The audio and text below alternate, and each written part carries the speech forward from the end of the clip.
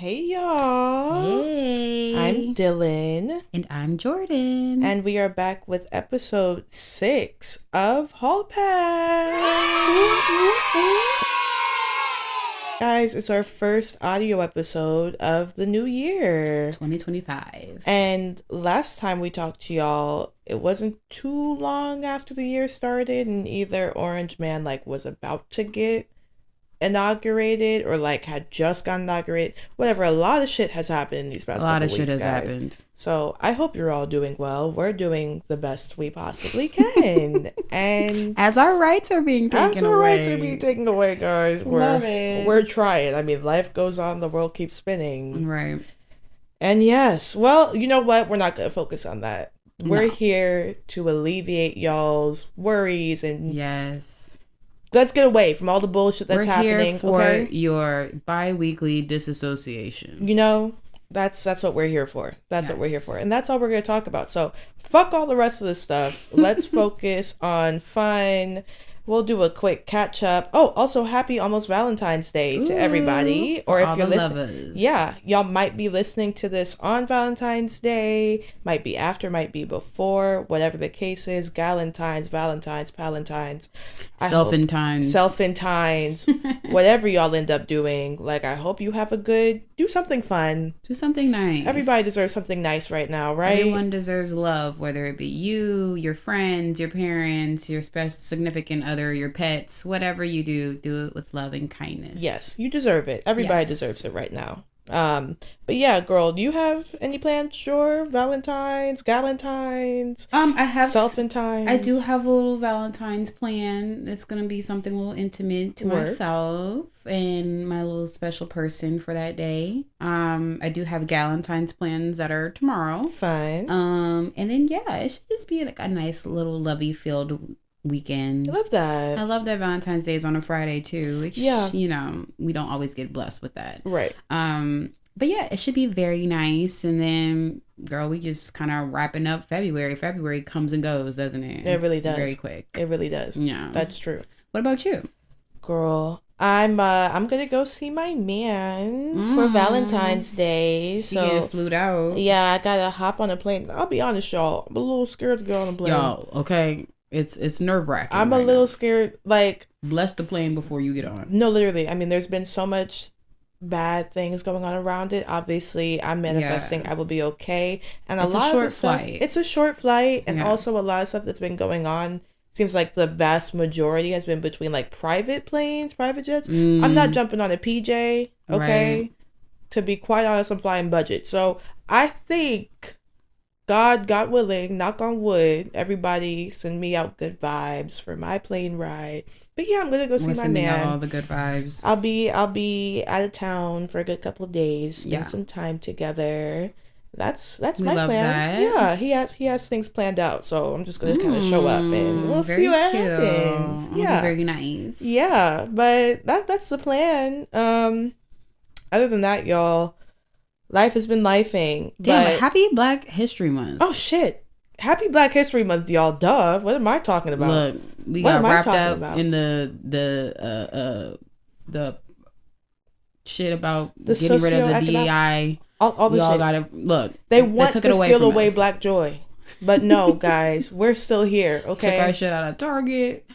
Took our shit out of Walmart. We took all of our shit. They said, no more Black History Month, y'all. We're not even going to acknowledge it. Well, guess what? We're still here. On a federal level. And we're still Black. And we are making history. And we're making history. Okay, so I'm living in the historic moment right now, type. Right. So, and Black History for me is all year. It's all year. I'm not contained to 1 month. The shortest month out the motherfucking year. Right. Fuck all that. Right.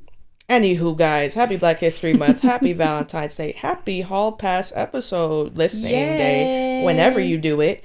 And without further ado, I think we can just jump right into it. Why not? So, guys, drum roll, please. Class is in session.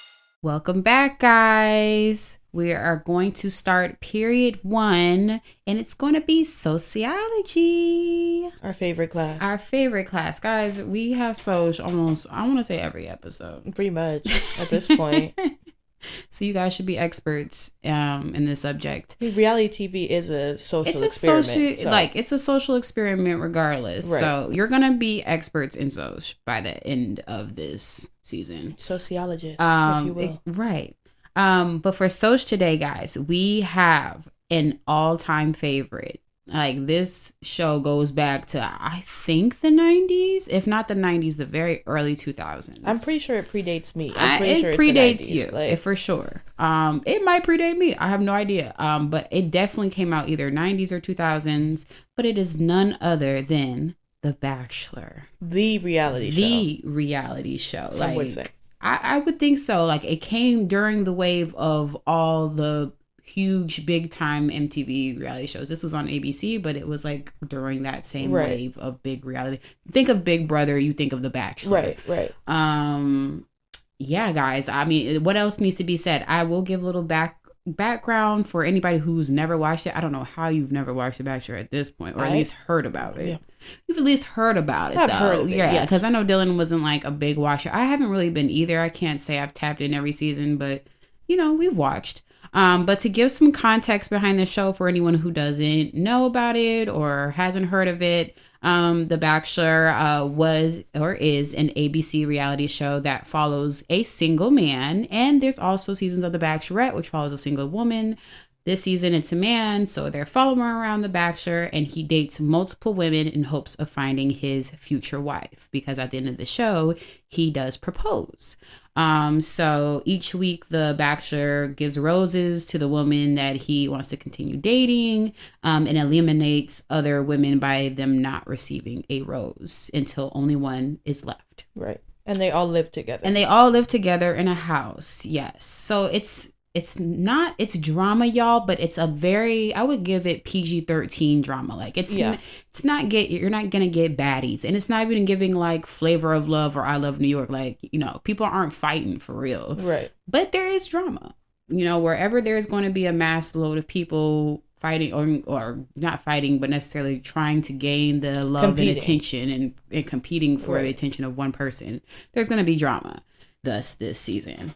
So this season started, I want to say a couple weeks ago, might have started like the beginning of February or the end of January.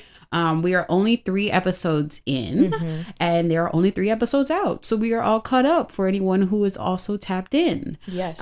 This season, The Bachelor is Grant Ellis. Now, Grant is one of the, I think, 2 Black Bachelors we have had so far. I think he's the second, yeah. I think he might be the second. There might have been an additional, there might have been a third, but there hasn't been that many Black Bachelors, you guys. Happy Black History Month. Happy Black, right. It is February. They probably did that intentionally. Probably. But yeah, so he's one of the few Black Bachelors we have, and y'all, the lineup of the cast of women.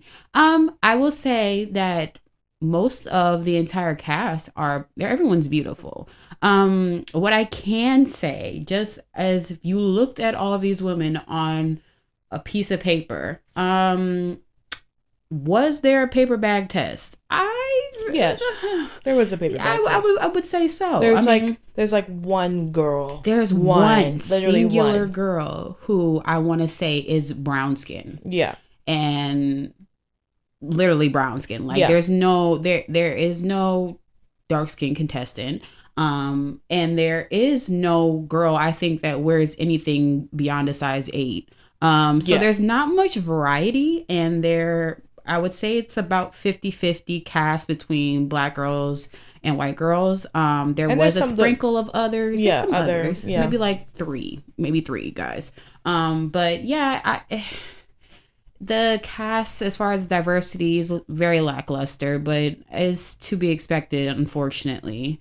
But I want to say, like, as of the 3rd episode, the drama is really, really starting at this point. Spoiler alert if y'all haven't seen. Spoiler, y'all. We should have given a spoiler alert initially, but at this point, you already know what we're going to get into. Right. If you're tapping in.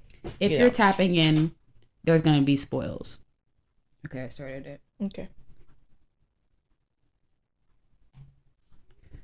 So, as we are starting the season off, I would say there are some contestant standouts. So far, to me, there are some girls that are already there that I feel like Grant is feeling right off the bat.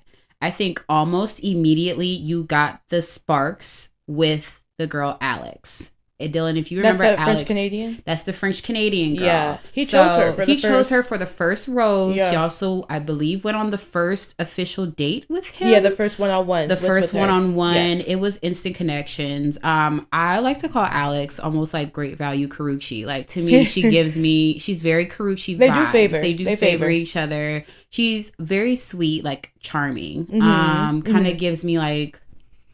I think she is a speech therapist. I'm pretty sure, actually, no, she is a speech therapist. Yeah. But she definitely gives like teacher, very nice, very charming, very sweet. Grant seems to be somewhat infatuated with her. He's always making time for her. I think she's one of the top picks so far. She's been one of the top picks to receive a rose. So I can see that going far. I could see him going far with her in the future.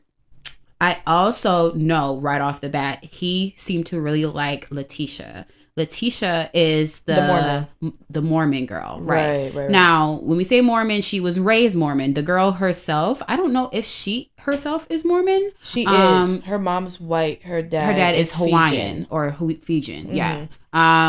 And I think it was like tragic. Like her dad passed away when she was really little. Yeah. But this girl is stunning. Like if you saw her, she's very, very beautiful. I think he was very captivated immediately. Like all he could ever say was like, "Oh, you're so pretty. You're so pretty." She's a standout so far. And yeah, he's paying a lot of attention to her.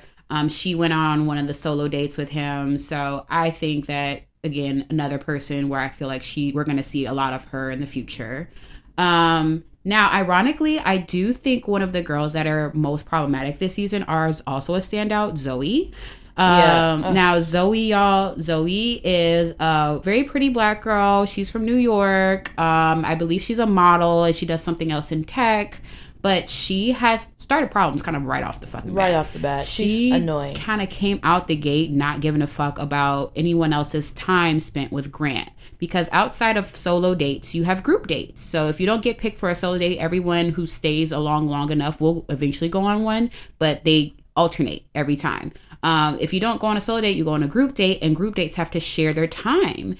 Zoe came out the gate not giving a fuck. Like she was like, yeah, I'm gonna snag him and would pull him away from a group date where there's like 12 other girls and just be off with him for 20-30 minutes, right? And then I think that basketball date they went on, she did it and he came back and the date was over. Pretty much it was like, okay, now it's time to like play like the scrimmage, right? And then later that same day when like they're back in the house and it's like the social before the elimination, she also like monopolized most of his time then too. Yeah. So the girls were the girls had to check her like, well, girl, you had him for most of the date. And then most of the time at the house, we didn't even get to socialize with him before the elimination. Right. Deserved, like, you know? Right. She kind of came out kind of seeming like she doesn't really care about making friends or stepping on toes if it means to getting to Grant. And now she's the victim. And now she's suddenly the victim as of the latest episode because the girls are kind of sick of her and she was boohoo crying because he was spending time with another girl, which of course he's going to. Crying because she wasn't the center of attention at the group date they did that episode. Right. And it's like, girl, you're not gonna be. You made yourself the villain, and now you're the victim. Like now you're crying. I hate a girl who doesn't stand in her villainhood. Are you the villain? Yes or no? Because now you're crying, making it seem like everyone should feel sorry for you when you literally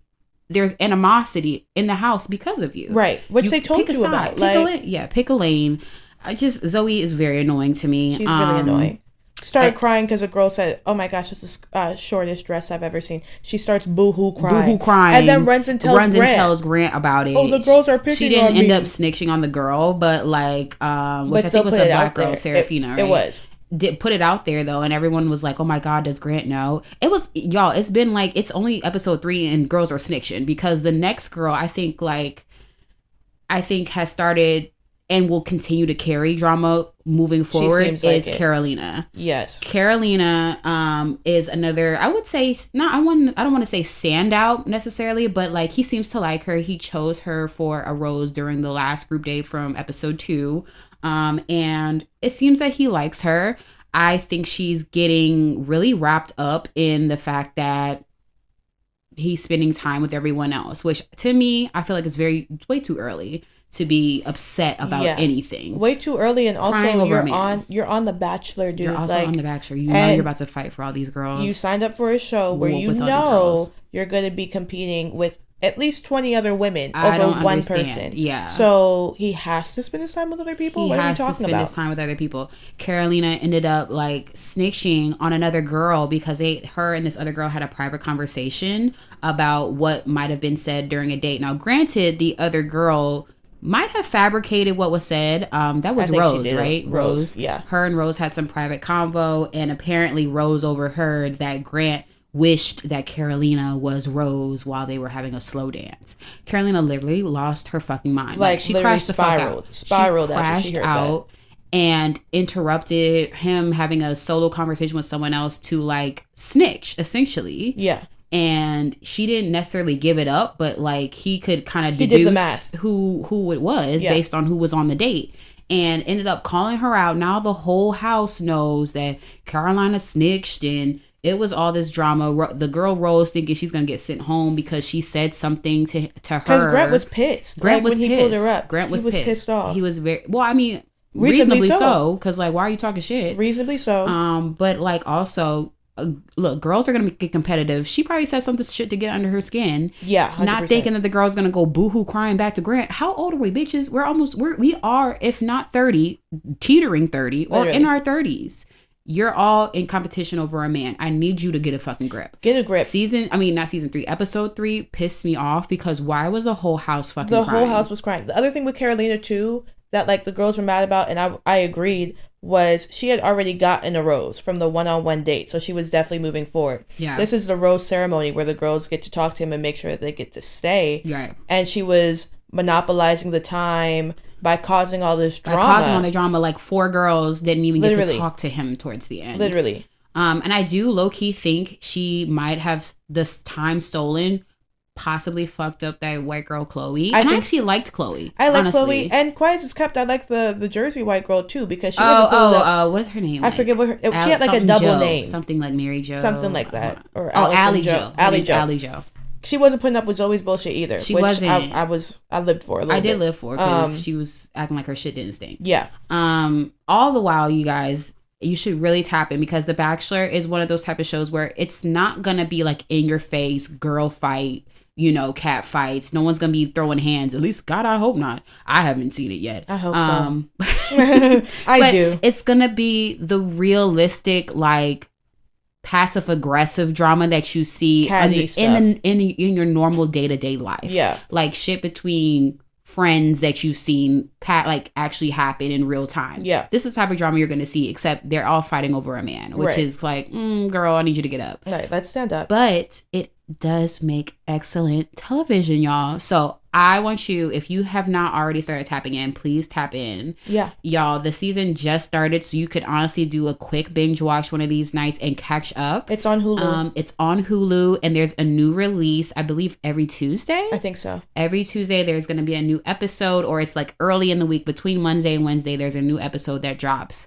Catch up and start watching with us. We will be updating because it's just gonna be very messy, y'all. And it's picking up. I think the drama's picking up. Yeah, it's also my first ever Bachelor season. I had to get her to watch. I had to get her to watch, and she's tapped now. I'm tapped now because I feel like episode 2 is when it's like, okay, girls are starting to get messy. This last episode 3 was definitely the messiest. Yes. Episode 1 was obviously you guys have to get past the level of corniness on the show. It is ABC. It's ABC, so it's made for everyone to be able to watch. So there is a level of corniness that you're going to be like, oh my God, what is this?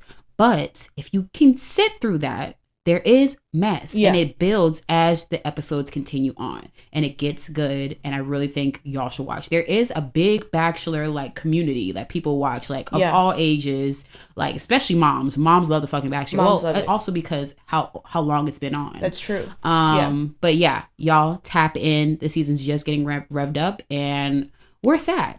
We are sad. I am. It's getting started. Also, another favorite, right before we wrap up, the Italian girl. what's her name? You know, the Italian girl. Oh, Juliana. That's Juliana one is that he's a favorite. Like, pressed about. Yeah, she was a favorite kind of right out the gate. But she seems to be a nice girl. She's honestly, very down to earth. Yeah, she's pretty. Yeah. I mean, like, honestly, aesthetically, like, race aside, because like it seems like most of his faves are women of color. Like, they're mostly Black women. Mm-hmm. But aesthetically, if you eliminate race, they all kind of have a look. Yeah, they do. Wait, you're right. Yeah, they do kind of have there's a through line. They kind of all could be described the same way outside of, you know, their racial backgrounds. Yeah. So the man has a type, y'all. Honestly, if you look at the entire cast, it's like, could they all sub in for each other possibly from the back? I think so, pretty much. But yes, I agree. Tap in, in, y'all. That is all we have for you for Soch, and class is dismissed.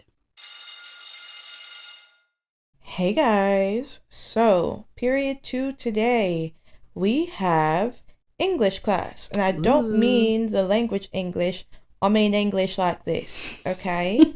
You might be wondering why, but it's because we're going to talk about Love Island All-Stars. Love Island, I can't do an English accent, don't ask me. Guys, rate my English accent, okay? 1 to 10, 1 to 5. 0. Everybody say 5. But yeah, so Love Island All-Stars, guys. This has been going on, I want to say, since early January. Yes, since early January. It's our first time talking about it on here, though, this specific season. So this is season 2 of Love Island All-Stars. For those of y'all that don't know, Love Island All-Stars are fan favorites, or honestly, whoever was free to come back and do another season of Love Island from previous UK cast members. Right. And it's Love Island seasons. UK. Yes, Love Island UK. It's not a mix of, it's literally just people from previous Love Island UK seasons that are coming back and finding love on Love Island another shot. Right. So what makes it interesting is there are some people who, have past histories with each other, either from their season directly or from fooling around with each other on the outside, because if y'all know Love Island, people who have been on previous seasons will intermingle with each other, and they come in with all of that stuff. People bring on past exes, all of that stuff, so it can get messy. Honestly, this season, in my opinion, because last season of Love Island All-Stars really had like some heavy hitters, like some real fan favorites, and so I feel set the bar pretty high. This season got off to a slow start in comparison, but then picked up the more people came on and left. Right. So as of right now, I couldn't tell you what episode. It's episode 20 something at this point. But I know that the season wraps like next week. Damn. Yeah, I think it's over like February 19th or something. Okay. I mean, it has been on since a couple January. weeks. Yeah, it's been on since like beginning of January. Love Island is usually like 6 to 8 weeks long, depending. Yeah. So we're getting down to the nitty gritty right now. We're getting down to the wire. People are pretty solid in their couples. I can go through really, really, really quick and say who's still on there. We're not going to really worry about who was on there because they're gone. Rest in pieces. Let's talk about who's on there right now, though. Yeah. So, in no particular order or couple, folks that are still on there.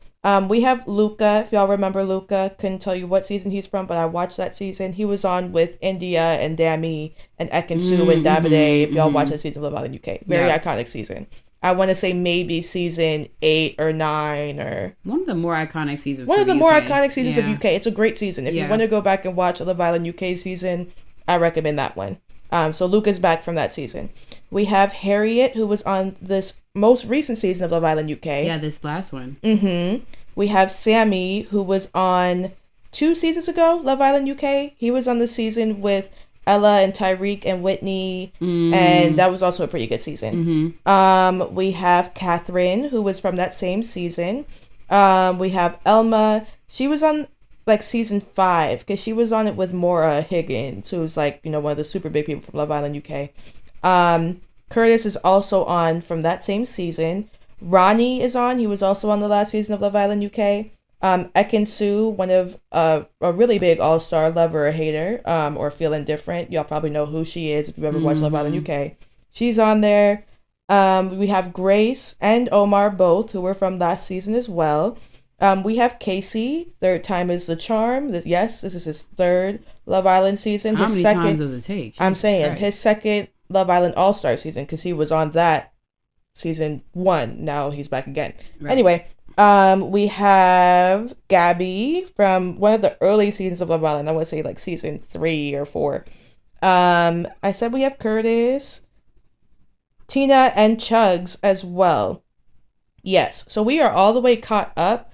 We are recording this on a Wednesday, so we have seen through Wednesday's episode. Right. We're extremely caught up. Like the most recent episode. Obviously, if for some reason somebody's listening in the UK, in the US, we are an episode behind y'all. So don't say anything. Thank you. If you guys want to tap into this, it's on Peacock as well.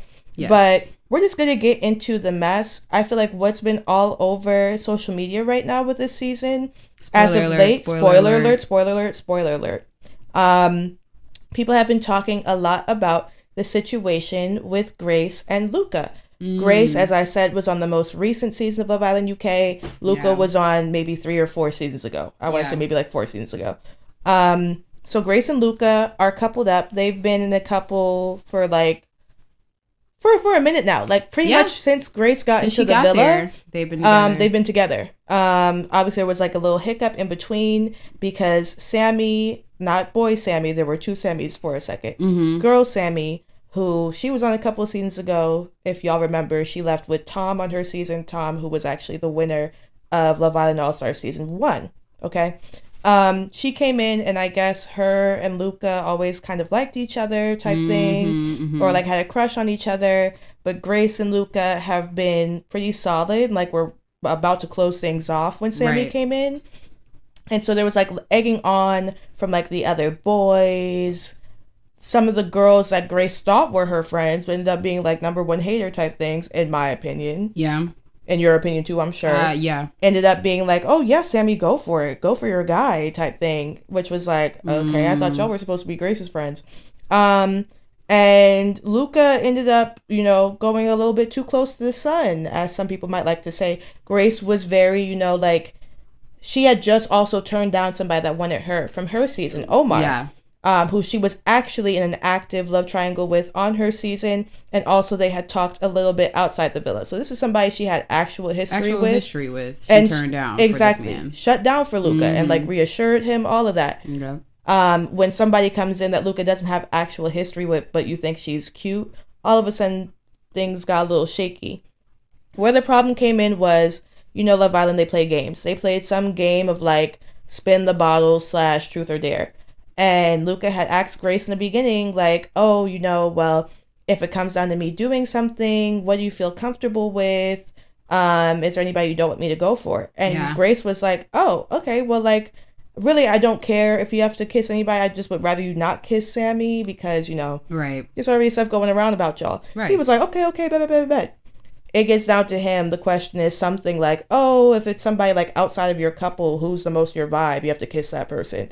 What does he do? Guess who he fucking kisses? Everybody take a guess. He goes straight for fucking Sammy. And so Grace sat back like, oh, okay, I see how it's gonna be. Why? And to her defense, why the fuck? To probably every woman watching, why the fuck would you ask? Why would you ask? Why would you ask her, who do you not want to kiss, and then go and do the exact thing she asked you not to fucking do? She even said, like, bro, I didn't fucking tell you. You came up and asked me, what would you like me to not do? I say, don't do this. Fucking do it. And you go on and do it. That's direct disrespect, in my opinion. Yeah. And so people were like, oh, Grace was out of order with how she responded to Luca. No, she wasn't. Let's all be honest. Because he didn't have to ask her shit. If you were going to do what you felt like doing, there's no need to run it past anybody. Just fucking do it. Just go fucking do it. But the fact that he took the time to ask her, oh, what do you think I should do? And completely disregard what she said. It's fucked up. That's disrespectful. Which makes it feel like, did you do this to hurt me? Right. It begs the question. Yeah, it does. Because there was no reason. Right. There was really no reason. His reasoning, I remember him saying, like, he heard people, the boys in the back saying, it's just a game. Right, it's just a game, and it would have been a cop-out if I kissed somebody else. So what's that supposed to mean? What are we talking about? So fuck what your partner had to say. Or if you had to kiss a bitch on the forehead or something, on the hand, on something. It was a quote-unquote snog, which for those of you that don't speak UK English, like make out with the person, basically. It was uncalled for. I think Grace's response was 100% warranted. I think she ate it like a baddie. I think she did. Yeah. She really ate. If y'all want to... Her walk-off was mean as fuck. Y'all go watch How to Breed a Man Down type. If you want to... It's a I think low-key he fell in love with her after he did, at that moment. Him up. He was sprung after that. Yeah. Because it made him realize, damn, I really can't lose her type thing. And I love a bit... Look, if you take anything away from this interaction, be mean to men. You have to be mean. You have to put your fucking foot down. You can't be Miss Nice. No. Because you'll get walked the fuck over. Yep. No, she put her foot down as she should have. And he was chasing her after that. He was chasing her. He was down catastrophic. Eventually, she forgives him, y'all. Yeah. And they've been fine since then. But there was that big hiccup, and that was like all over social media. People were talking about that. I think that's one of the highlights from this season. Other than that, there's been drama, of course, with Ekin-Su and Curtis. Anybody that knows Ekin-Su, to quote Davide, who she was in a relationship with for years, they met on Love Island. Right. Well, he's Italian, so he said, "You are a liar, actress. Go the fuck out." If anybody knows Love Island, you know what I'm talking about. But she's still on her Ekin-Su.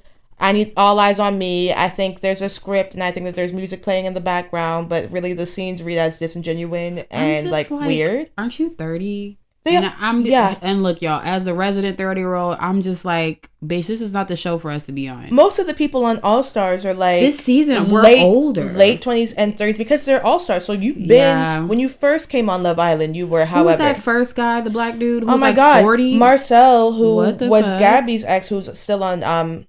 Gabby is still on there. She's coupled up with Casey. Her ex-boyfriend, who they were originally on season 3, 4, whatever the fuck, together.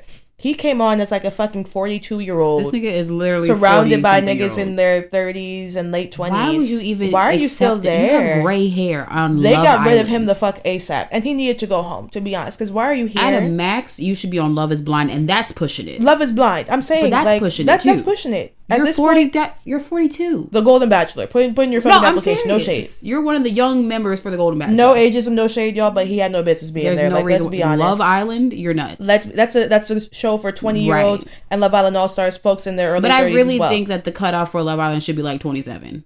Honestly, you know what? I 28 would say, at a max. I would say I'm fine. I'm fine with people being 30, but if you are on there being 30, go for people closer to your age, because there will be folks 27, 26, 28. I just don't see Love Island as being the play.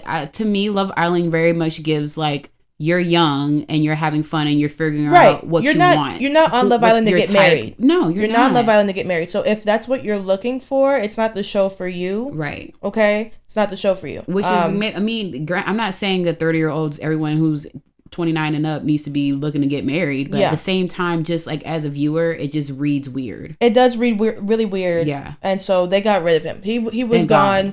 He was gone pretty quickly. So what? We have Grace and Luca, Curtis and Ekin. That's been like the main sources of what people have been talking about. Yeah, that's pretty much like the main sources of drama. Obviously, there's been drama back. Oh, and Elma. Elma is the villain of the season. She was voted as fan favorite girl early on, and I think that really gassed her head up to now she feels like she's vindicated when she picks on people. Like, she actually made people feel bad for Ekin-Su. That's very rare to do. A lot of people don't fuck with Ekin-Su and they think she's very dramatic, because she is. But she made people sympathize. I even sympathize for Ekin-Su because she was just being fucking rude. Like, so I don't know, guys. I also don't like Gabby. Gabby, she started off okay, but she's been Grace's number one hater since Grace came in the villa. She has one-sided beef with Grace because in her head, she thinks Casey wants him really bad. Grace gagged her bad. And it's like, girl, okay, she's pretty, but... Girl, stand up for yourself. Like, you're not ugly. Stand up for yourself. It's giving very, like, pretty girl, let's hate on her. Literally. It's giving very hater. Yeah. Yeah, guys. I mean, the season's about to wrap up. If I had to vote for any of the couples to win or who I could predict winning, honestly, my prediction, unfortunately, is going to be on Gabby and Casey. Because they've been together the longest. And they're the most, like, they're social media-wise. They've been the most liked out of the couples, and they've been together the longest. I have a feeling they might win. Grace and Luca, I did think so, but people kind of turned their back on Grace with the whole drama, even though Grace was in the right, and they've squashed things since. So, I don't know.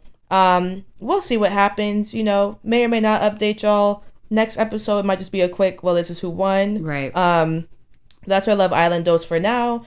we will wait until the next season, which will probably be the official, like, Love Island UK, Love Island US, our next batch of Love Island seasons we get. Cannot wait for Love Island USA. For Love Island US for the next season. I'm gonna hope it lives up to the hype of last summer. It's gonna be hard to replicate. It's gonna be very hard because I feel like last season was just so authentic. Yeah. Now but the hype has been built to the point where it's gonna have a lot of viewers. It's gonna have a lot of viewers, and unfortunately, because people know that, there's gonna be a lot of people on there that just want clout. Yeah. And we'll see how authentic and how good the next US season is. But y'all know we'll talk about it on here regardless of what it gives. Of course. And on that note, guys, thank you so much for tuning into English class. We'll see you later. Guys, we are back. Ready for period 3. And we are going to be having Korean class today. 안녕하세요. I don't know what the fuck that fucking meant. I said hi, everybody. I think. Our resident polyglot, y'all. Correct my team if I'm wrong, y'all, but I think that's what I said. So, unfortunately for y'all, you're going to get the girl who does not know how to say any of these motherfucking names, but I tap in, okay? We've been very knee deep in Singles Inferno and have been since for all of the seasons, since day one. And we're just going to recap it because we know the last time on our episode we did introduce the show, the cast. So now we're just going to catch up on all the drama. Yeah. Y'all, the entire season is out. Yes. All the episodes are out. There's no more that are coming. They're all out now. Everything's on Netflix. Go watch because we will be spoiling. Everything's been out. We're all caught up. We watched it to the end. We're going to be spoiling. Yes. So when we last left off with all the girls being in Paradise. They went to Paradise and they had all been introduced to these 3 almost new bombshells, low key, for the island. And they had to decide and vote on which man they wanted to bring back to Inferno. They ended up deciding on this man. His name was Jong-hoon. Hopefully, guys, Korean listeners, do not murder me. I'm trying my best, okay? It sounds right to me. Great. I'm not Korean, but sounds right to me. They voted for Jong-hoon to come back. He was a very good looking guy. Not the person I wanted them to bring back. Not who I would have chose. Not who I would have chose. Yeah. But, honestly, all the men there look better than whoever they had back on the island. They should have brought back all 3. They should have brought back all 3. Yeah. But it was a win-win-win situation as far as looks. They brought back Jong-hoon, who, honestly, I don't really know who they brought him back for. I mean, he ended up making relationships or like having chemistry with a girl later on, but it's not what I expected it to be. No. We're gonna get really into the meat of the show, which is all the drama surrounding our main girl, honestly, on the show, which was Lee Seon. Yeah. Seon, this girl played the game like a fucking G. I can't knock the bitch. I can't knock her. She was keeping that shit pee as fuck. I wouldn't say she was keeping it pee. She kept it fucking pee, though. She was a pimp, but she didn't, let me say she didn't keep it a buck. She didn't keep it a buck. I would have respected her more if she was more transparent and honest with what she wanted to do.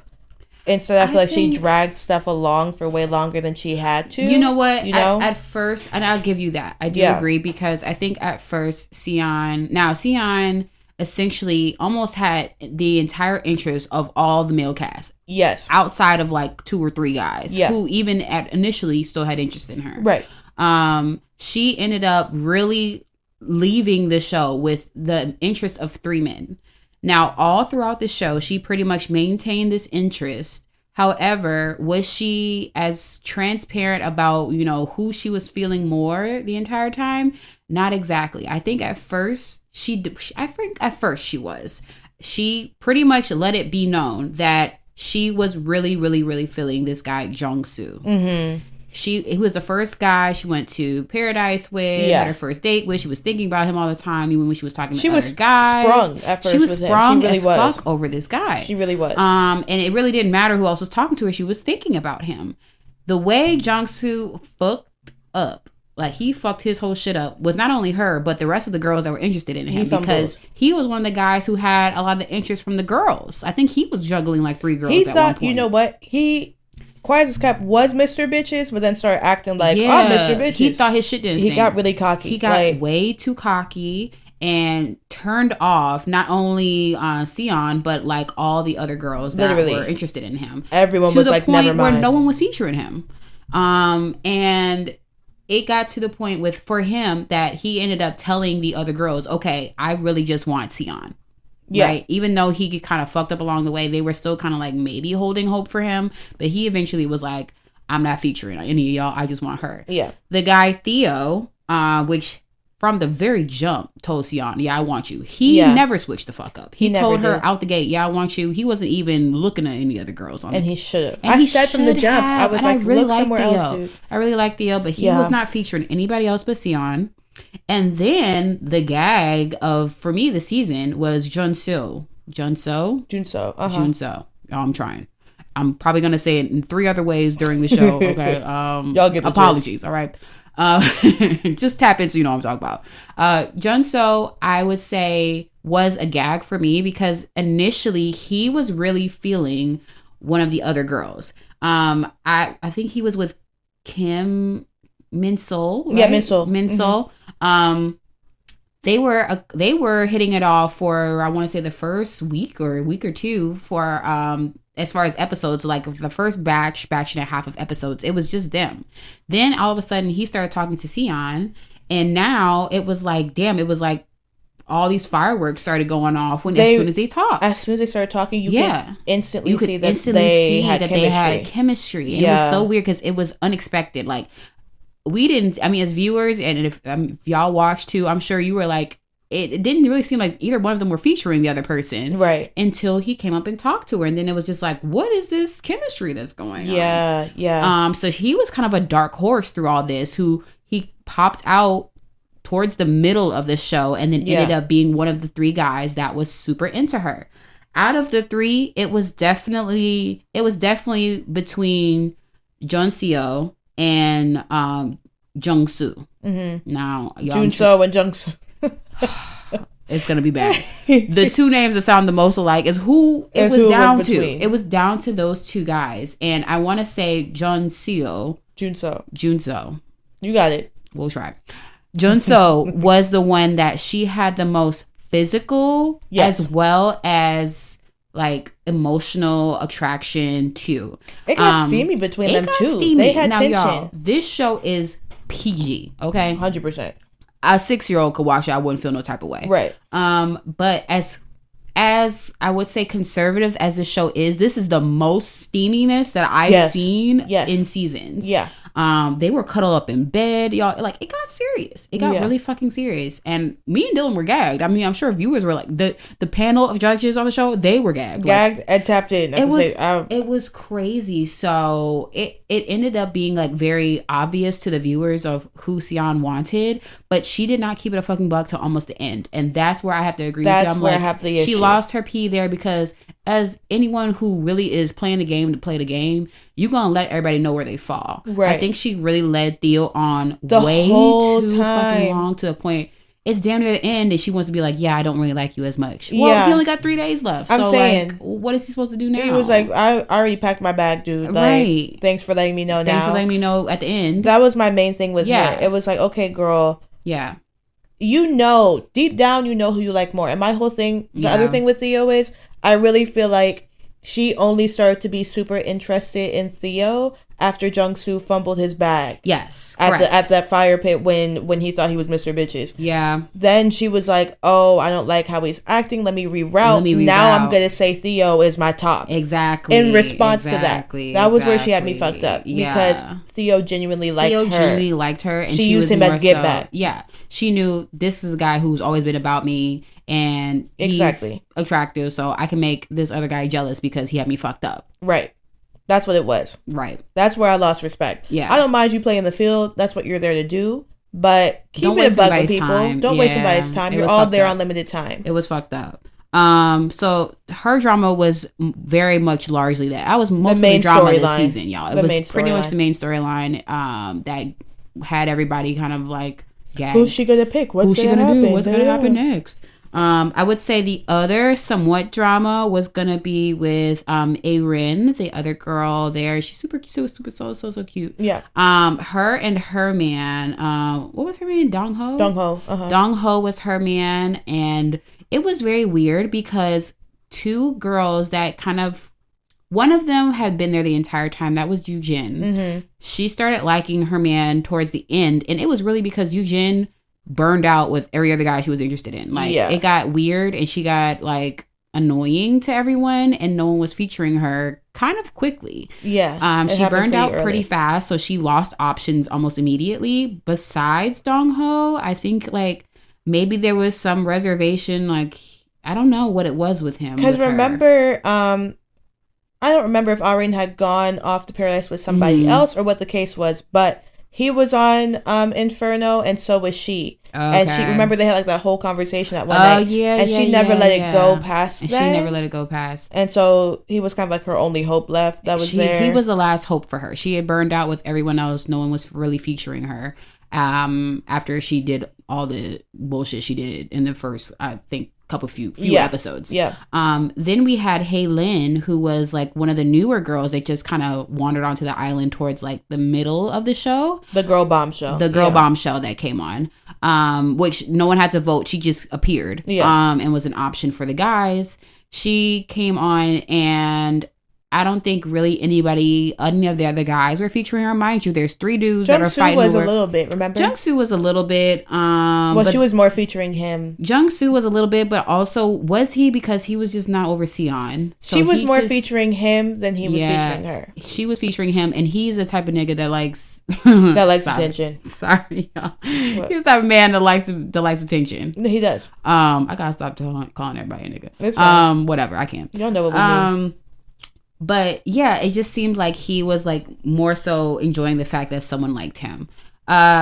With them, I think she ended up transitioning to Dong Ho because Jung Soo burnt out with her, and then she didn't really have any other options as far as guys that were talking to her, so it ended up being Dong Ho. And allegedly she was like, you were always my ideal type. So and then she kind of like, look, y'all, between Hey Lin and Yu Jin, they were thirsty. They were the thirsty girls of the island. Like, they really were not letting anything not be a limit to what they would say to a dude. No.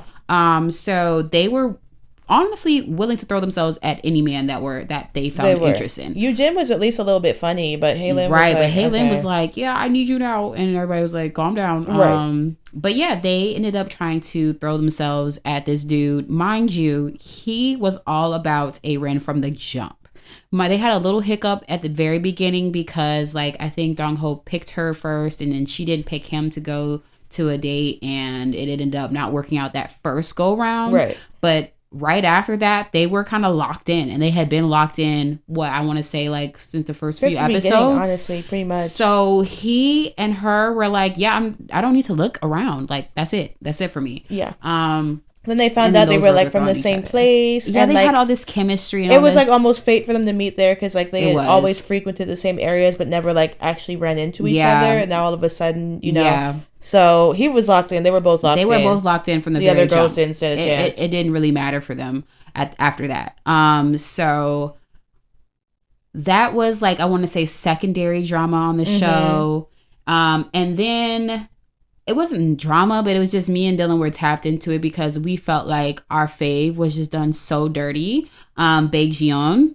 She is a fan favorite. She is a fan favorite one. She is. And she's our personal fan favorite one because she's so charming and she's stunning. Outsells all the girls. Outsells all the girls, and she was paid dust, y'all. All because she's 2 shades darker. Of, like, she's tan. Okay. The obvious colorism, you guys, is excruciating on this show. Like, this girl, mind you, the guys, there's, I want to say, maybe 1 or 2 guys that were the same color as her. Yeah. Same color. But because she's a woman, she's expected to be pale and look damn near...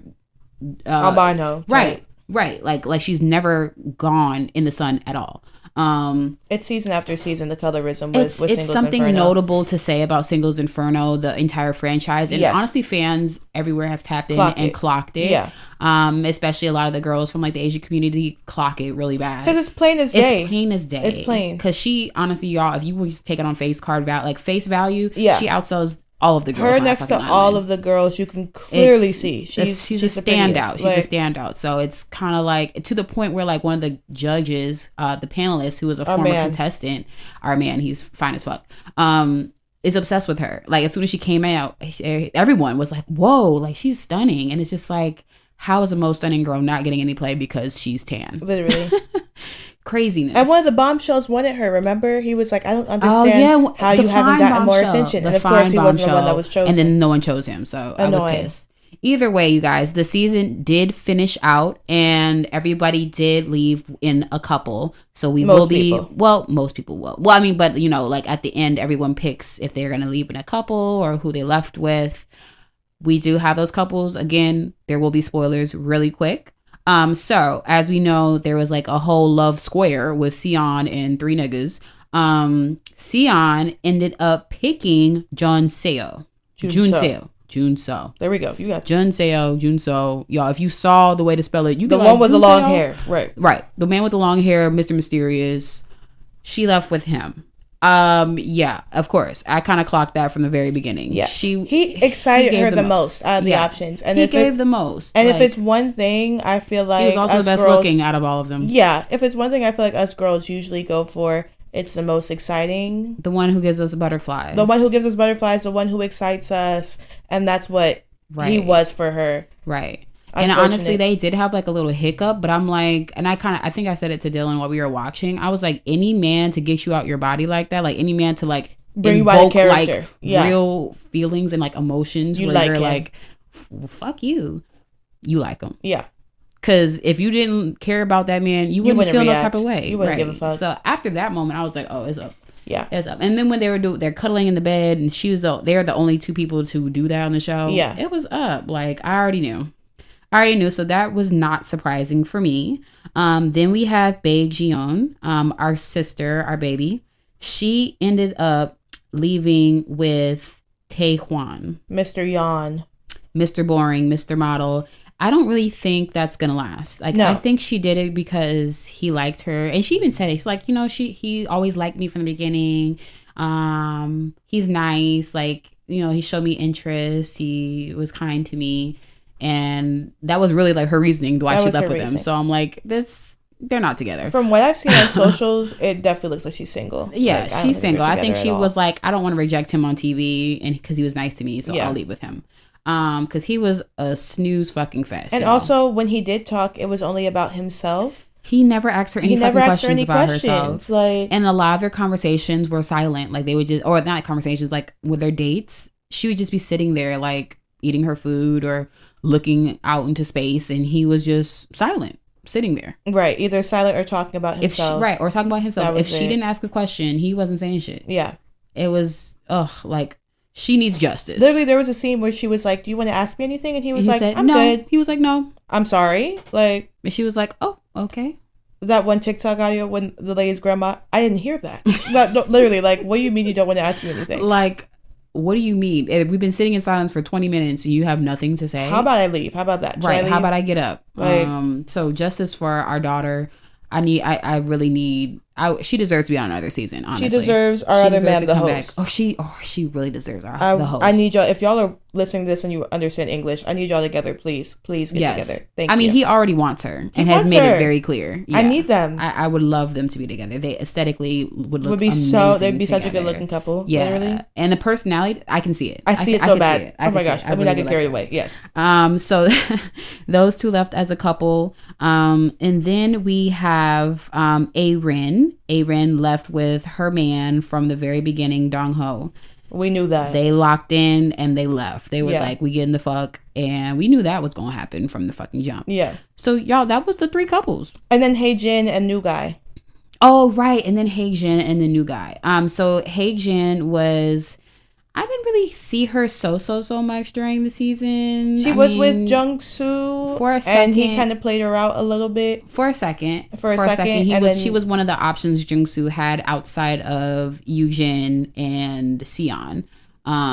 He played them both out and ended up going back and, giving his love to Seon. But at that point, she was like, okay, whatever. But yeah, Haejin got played, and then the new bombshell guy who was brought back ended up liking her. But that was honestly towards the end of the show. So we didn't really get a lot of time. There's not really much to say besides. But they left together. They did really like each other. Yeah, and I thought she was cool. So good for them. So that was the last of the couples for this season, and then the other three girls, Minsol,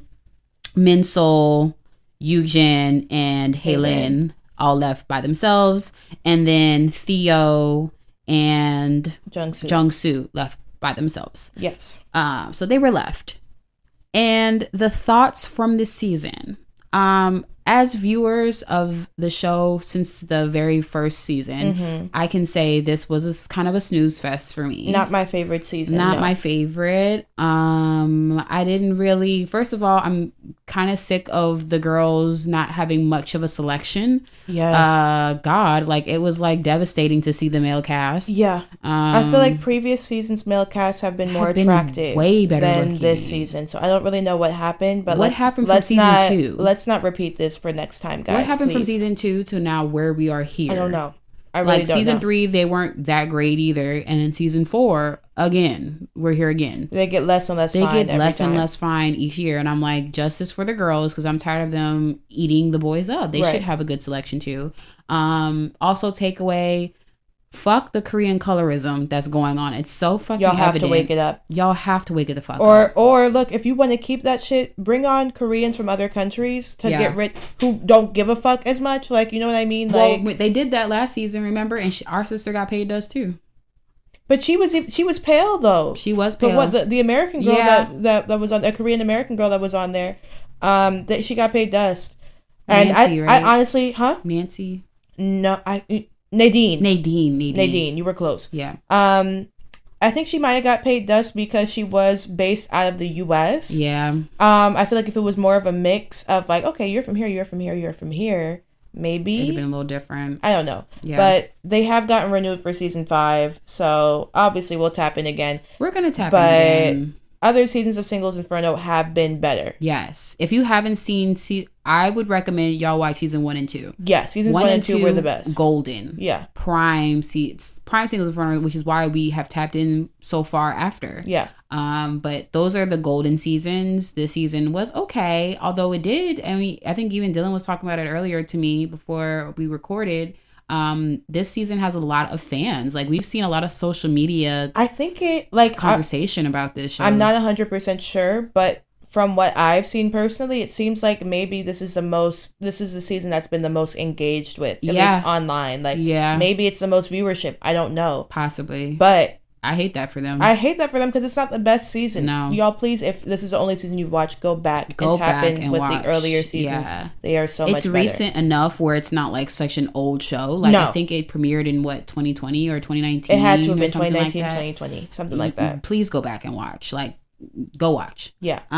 But all in all, we love Singles Inferno. We're going to still tap in. I do think there's a lot of ways that they could improve, especially via the male selection and the obvious fucking colorism for the baddest bitch on the show. And how the season got started also, when it was very staggered, the introduction of girls with guys. I didn't love that. I didn't love that. I didn't love that either. Yeah, I didn't love that, because why couldn't everybody see everybody at the same time? Right. Didn't love that.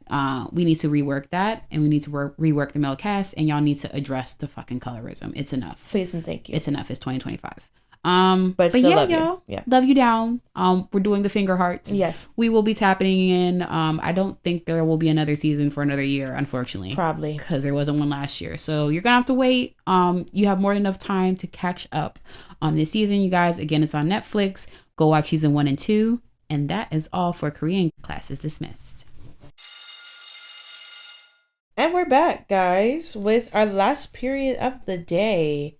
Art class. Yay. Brought to you by my personal favorite, RuPaul's Drag Race Season 16. I told y'all we're going to keep you updated throughout this whole season, okay? So the last time we talked, we were only 2 episodes into the season. Mm-hmm. Since then, 2 more episodes have come out, with a new episode coming out this Friday, episode 5. We are only going to be talking through the end of episode 4. Right. So if you have not seen up to that point, this is your warning, okay? But let's start with episode 3. So the challenge for episode 3 was RuPaul's Drag Race Live. RuPaul's Drag Race Live is basically their SNL challenge. Yeah. Comedy, acting, all that fun stuff. So let's go ahead and get into it. Our tops for that week were Anya Nerve, who was the host, MC, and she also acted in like the caveman skit. Yeah. I thought she was a pretty good host. We also had Susie Toot, who I forget what the segment is called on SNL, but it's like with Colin Jost and like the little news segment. Like the little news segment. Yeah. She played like one of those like funny guest stars that come in on like the news segment. Yeah. And she was like somebody. She was super funny. She was like supposed to be like Rue's like old babysitter or something. She did a really good job. I thought she was really funny. It was very funny. So she was also in the top, as well as Anya Nerve, Susie Toot, and Hormona Lisa. And Hormona Lisa, she was like, there was like some like Beaver sketch or something. Yeah. And she was one of the like Beaver the lesbian like podcast. Yeah, like lesbian podcast. Beaver expert. And it was she did good. Yeah. But yeah, so those were our top 3. Susie Toot ended up winning the challenge. She was the funniest overall. I agree with the win. Yeah. She was the funniest. The queens were mad at her runway. She had a little like clown get up thing. Was it the most fierce runway? No, it wasn't. But it was cutesy, and she did the best in the challenge. She did the best, and it was good enough to secure. It was good enough to secure her win. Yeah. I didn't really see anybody else winning over her. No, because she did that good. So that was our top for that episode. Right. Our bottom for that episode was Ariete. In my opinion, very predictable because she already wasn't funny the episode before. She's not a funny queen. She's not a funny queen. She's a look queen. Nothing wrong with being a look queen, but you know, she had a problem with the fact that she was in the bottom because she thought she did really well. Girl, we have to be able to admit our strengths and our weaknesses. Right. You are not an actor and you're not funny, but nor are you really a performer. But you can turn a look that you can do. Okay, nobody can take that away from you. So, you know, let's stick with our strengths. Right. Anyway, she was in the bottom, Ariete. And Lydia B. Collins was the other bottom after fighting tooth and nail for the role of basically like a Golden Girls, parody, like as a super old lady. Golden Girls fans, don't come for me. I don't know what the fuck her name is in the show, but Lydia basically played that. And she didn't do good. And so they were both in the bottom. They had to lip sync. They lip synced to, oh my gosh, I don't remember, but it was a fierce lip sync. It was a really good lip sync. It was a good lip sync. Lydia B turned it out. I gagged. I didn't, you know what? Let me just start off by saying this. Ariete didn't strike me as a lip syncing queen in the first place. She did not.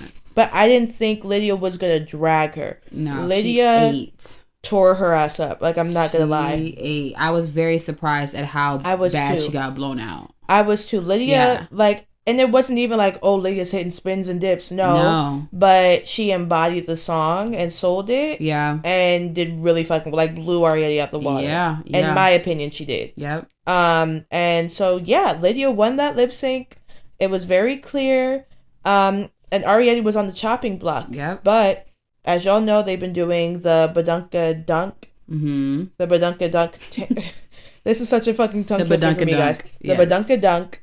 And so she got to pull the lever to see if she dunked Michelle or not, and if she did, she gets to stay. If not, she had to go home. She pulled the lever, and sure enough, it was the right lever. Michelle got dunked, and Ariete was saved.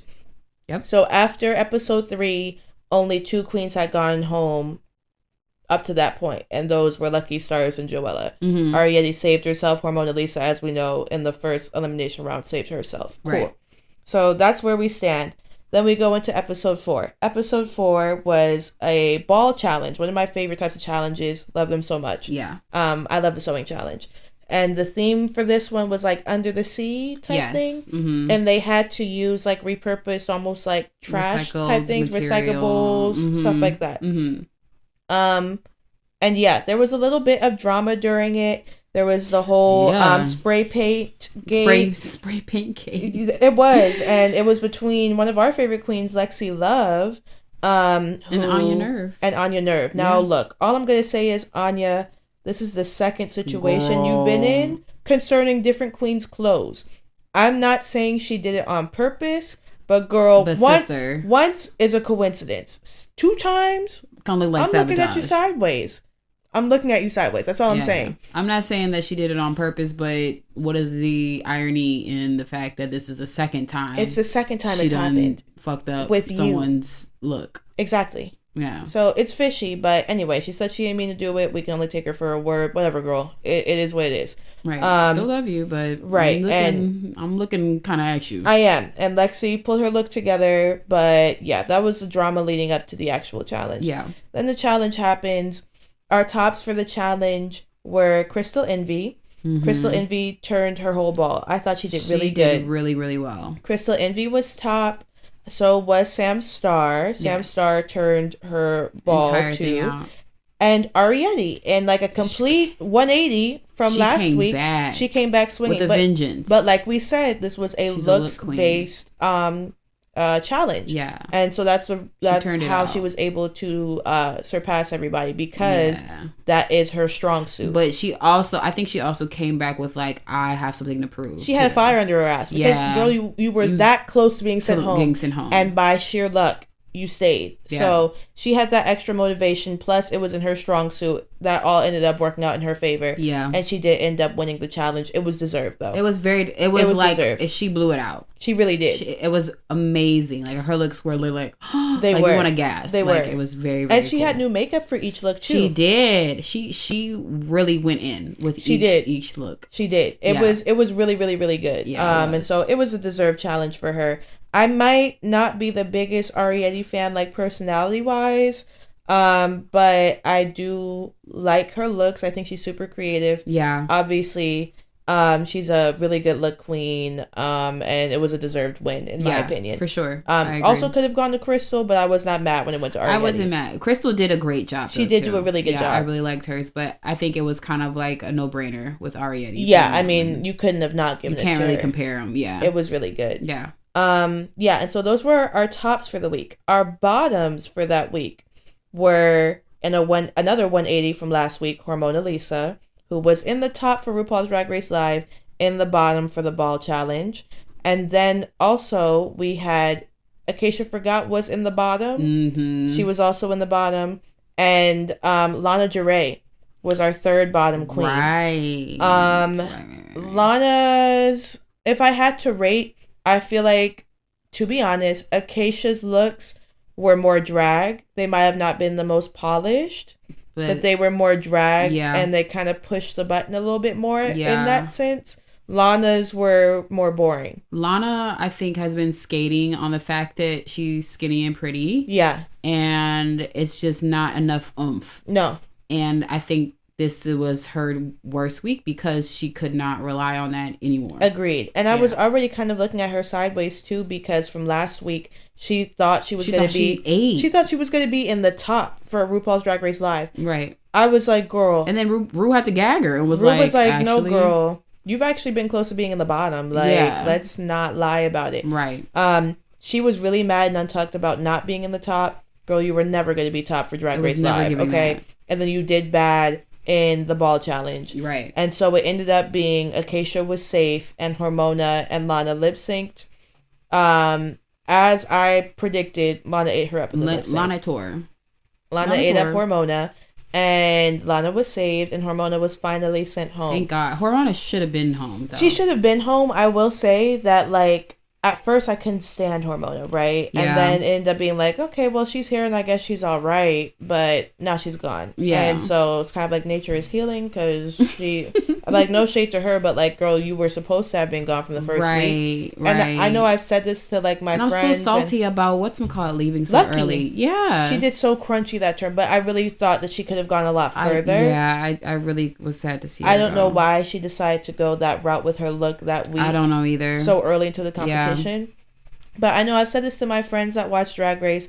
I've talked about this with Jordan. My only thing is with these saves, I feel like they were used way too early in the competition because it's going to get down further in the line. The competition is going to get stiffer and stiffer. And queens that deserve to be there are just going to be sent home automatically. Yeah, when there's no more we saves should have left. been able to use saves. Right. Now there's probably not going to be a double Shantae from a lip sync because too many people have been saved so far.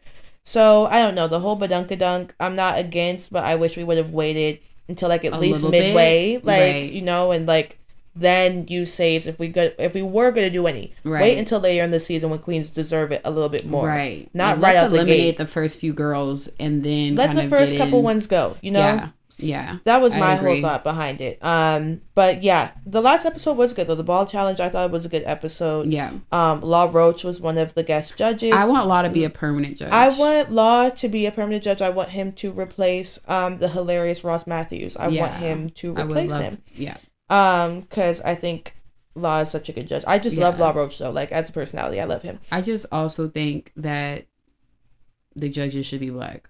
That too. Minus I can't think of her name. Michelle.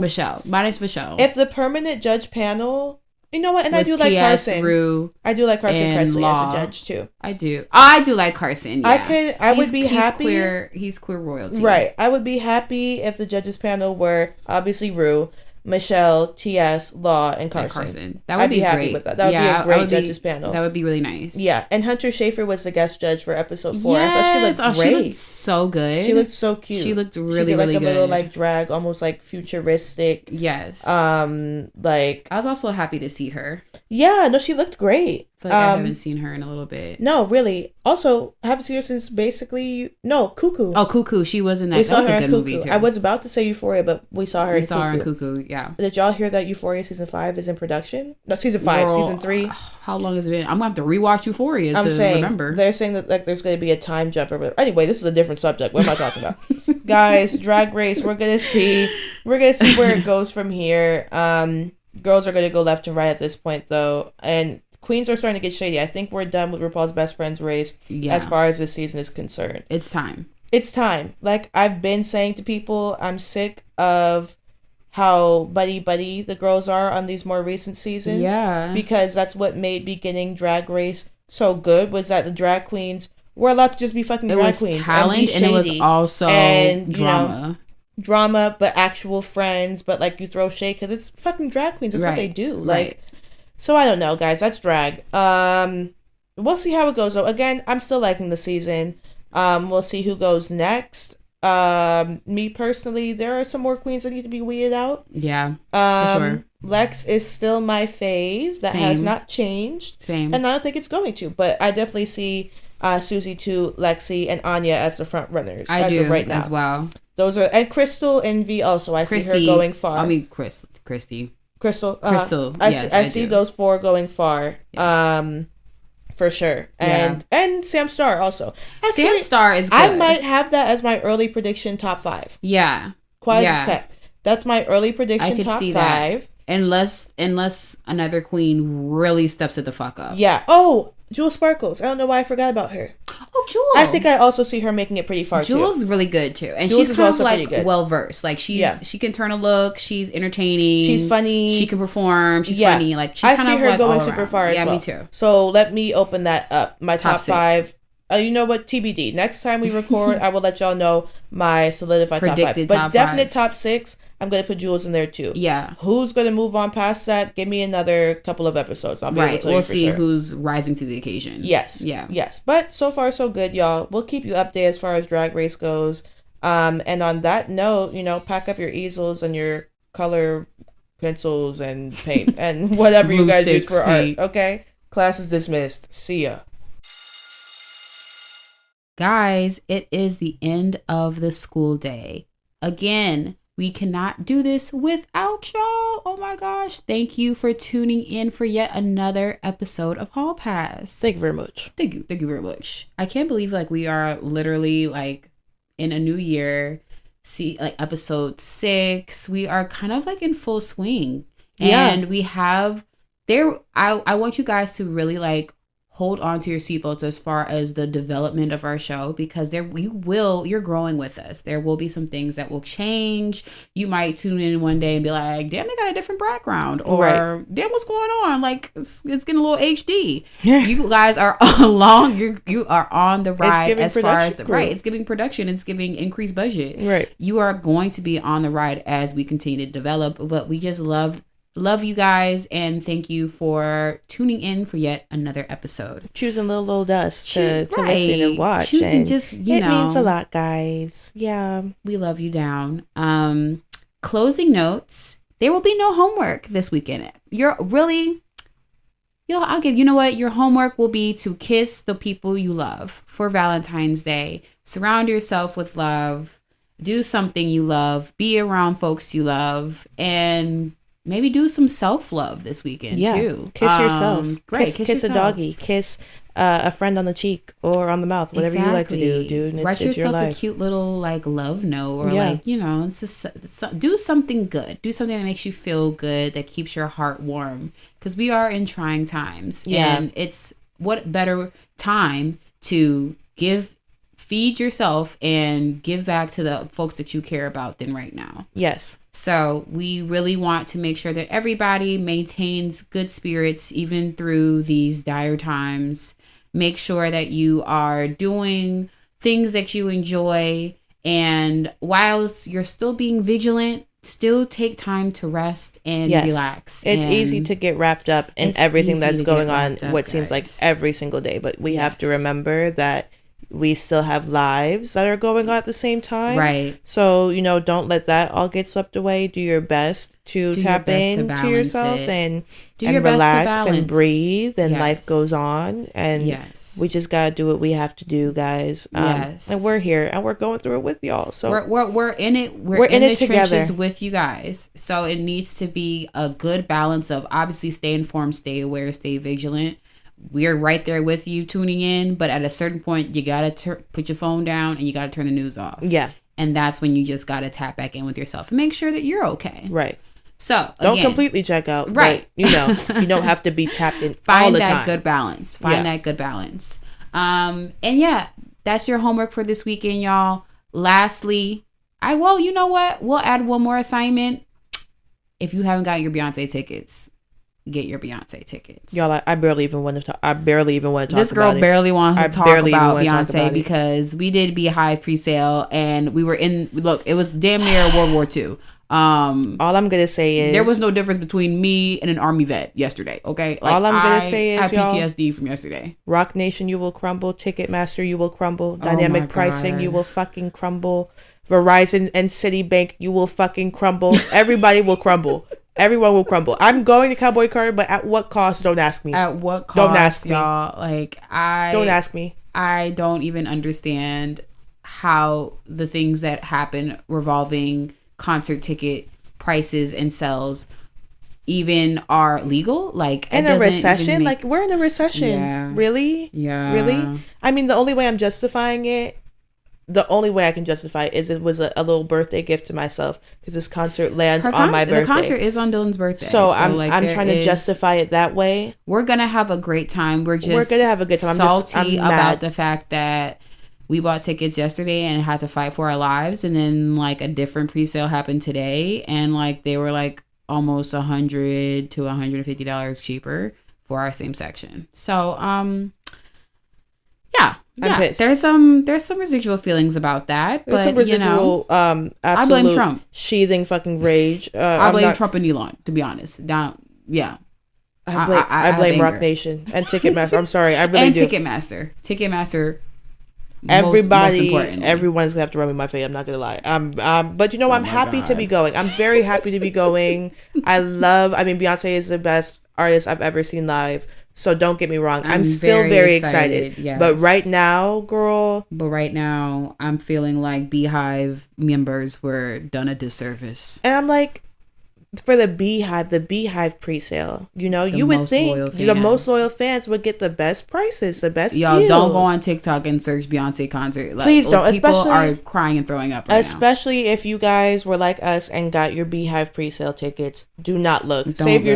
Save yourself the rage you will feel. Do not look. Right. Now, granted, we don't know what's going to happen tomorrow and Friday. For artist pre-sale and general sale. We don't know. It's being predicted that it's going to be crazy because, mind you, pre-sale, our select seats, everything is not available. So things go. Like when they go, they're gone. Quickly. Yeah. So we don't know what's going to happen. Obviously, we're very happy that we got the tickets we got, but it was a little, it put a damper on the mood today to see like, damn, if we had Verizon or fucking Citibank, we could have gotten these instead. We don't know. We'll see what happens in the future. But all in all, we are very happy that we secured our seats to go see Cowboy Carter. I'm already manifesting the rest of my outfit. Yes, very happy, but also sick to my stomach, fam. Like, I really am. I can't even lie, y'all. But still excited. Please be sure to go get your tickets. Make sure you're on it. And y'all, don't forget to follow us on Instagram and TikTok at hallpass.pod. Again, that's hallpass.pod on Instagram and TikTok. You can also follow us on YouTube and Twitter, and our new Hall Pass Blue Sky at Hall Pass Pod. All one word, Hall Pass Pod.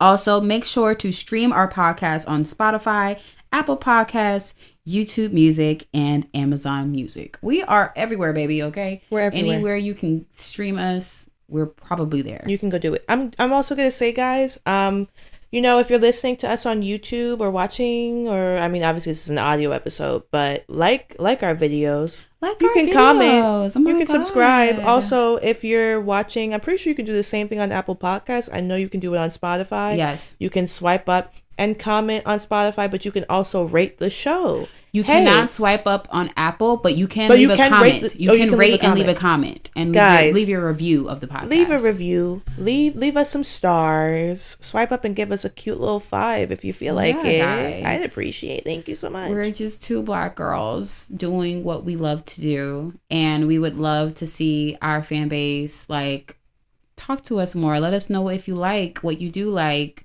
Give us a cute review, and all of your support is very, very meaningful for us. It helps us grow. It helps us know what we can do to reflect what you guys like to hear. Yes. So the more you communicate with us, the better we will be for you. And we reply, guys. We reply to everybody who says something all the time. And also, we've seen all the people who have followed us and subscribed and liked, and you know, just big shout out to you guys. We love you down. Like, we started so small, and like we kind of like came out the gate with, you know, no real knowing of how this would land, and we're here now. So we're just very excited to be here. Thank you again for your support. Keep supporting us.